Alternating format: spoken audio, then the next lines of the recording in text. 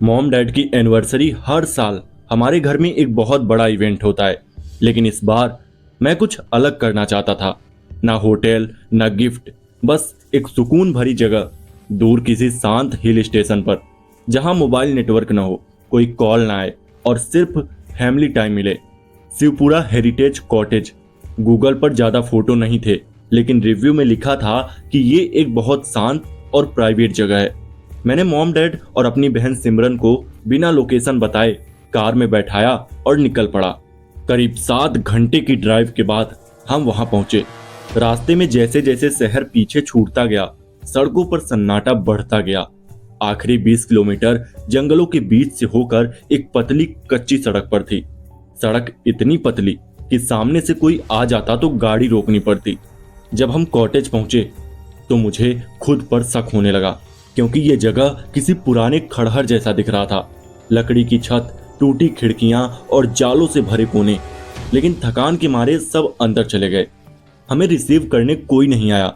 दरवाजा खोला था, एक चाबी टेबल पर रखी थी और उसके साथ एक नोट जिसमें लिखा था कि स्वागत है, खाना डाइनिंग टेबल पर है, सुबह 7 बजे तक कॉटेज छोड़ दें, केयरटेकर। मैंने ध्यान नहीं दिया और सबको कमरा दिखा दिया। अंदर 4 पोस्ट वाला लकड़ी का बिस्तर, दीवार पर एक पुरानी फैमिली फोटो, लेकिन उसमें चेहरों पर खरोंचे थी, जैसे किसी ने जानबूझकर आंखें और मुंह मिटा दिए हों। रात को हम सब खाना खाकर सो गए, लेकिन करीब 1 बजे मेरी नींद खुली। सिमरन चिल्ला रही थी। हम सब दौड़कर उसके कमरे में गए। उसने कहा कि कमरे में किसी ने खटखटाया, और जब उसने खिड़की से बाहर झांका तो एक औरत खड़ी थी, उल्टे पांव, उलझे बाल और लाल आंखें। डर के मारे डैड ने सारा सामान उठाया और कहा कि सुबह होते ही यहां से निकलते हैं। पर असली कहानी तो अब शुरू हुई। सुबह हम निकलने लगे तो देखा कि हमारी कार गायब थी। वो वही जगह थी जहां हमने पार्क की थी, पर वहां सिर्फ टायर के निशान थे और उन पर खून के छींटे। मैंने चारों तरफ देखा, कोई नहीं था और जंगल में नेटवर्क भी नहीं था। तभी डैड बोले कि हो सकता है कि कोई चोर चोरी कर ले गया हो, चलो नीचे रोड तक पैदल ही चलते हैं। हम चारों जंगल के रास्ते पैदल चलने लगे। करीब 1 घंटा पैदल चलने के बाद हम फिर उसी कॉटेज के सामने थे। हम सब चौंक गए। हमने एक भी मोड़ नहीं लिया, फिर वापस वहीं कैसे आ गए? मॉम ने पूछा।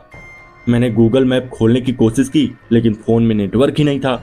स्क्रीन पर सिर्फ एक वाक्य बार बार लिखा आ रहा था कि ये तुम्हारी आखिरी सालगिरह है। सिमरन रोने लगी।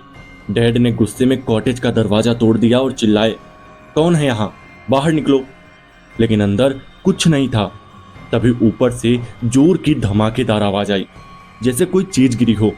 हम सब ऊपर भागे, वहां कुछ नहीं था, सिर्फ दीवार पर एक नई फोटो टंगी थी, और वो भी हमारी ही फोटो, उसी पोशाक में जैसे हम आज पहने हुए थे। और उस फोटो में सिमरन गायब थी। हमने पलट कर देखा तो सिमरन सही में गायब थी। हम सब नीचे भागे, उसे पुकारा, पर सन्नाटा। मॉम फूट फूट कर रोने लगी। तभी पीछे से दरवाजा खुद ब खुद बंद हुआ और अंदर एक औरत की हंसी गूंजने लगी, वही हंसी जो सिमरन ने रात को सुनी थी। हमने उस हंसी का पीछा किया। वो हमें किचन की तरफ ले गई। वहां जमीन पर खून से लिखा था कि आने की गलती तो कर ली, अब लौट नहीं सकते।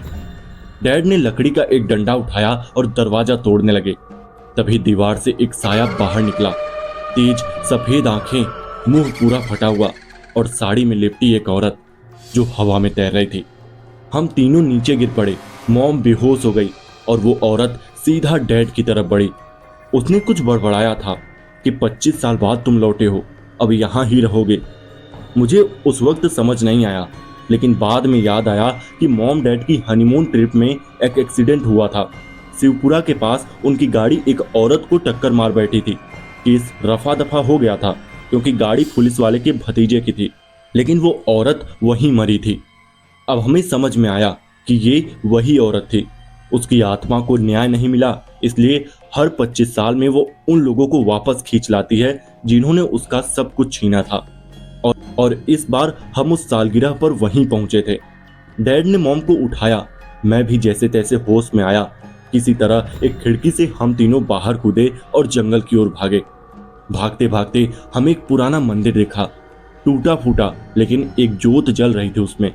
हमने अंदर भागकर दरवाजा बंद कर लिया। वहां एक साधु बैठा था, उसकी आंखें बंद। हमने सब बताया तो उसने कुछ मंत्र पढ़े और राख का टीका हमारे माथे पर लगाया और बोला कि अब कभी पीछे मत देखना, रास्ता मिलेगा, बस बाहर निकलते वक्त उसका नाम न लेना। हम भागे, 2 घंटे तक बिना देखे भागते रहे और आखिरकार हमें पक्की सड़क दिखी। वहां से एक ट्रक वाले से लिफ्ट मिली और हम घर पहुंचे। सिमरन कभी नहीं मिली। आज भी घर में एक तस्वीर है जिसमें हम चारों हैं, लेकिन सिमरन का चेहरा धुंधला है।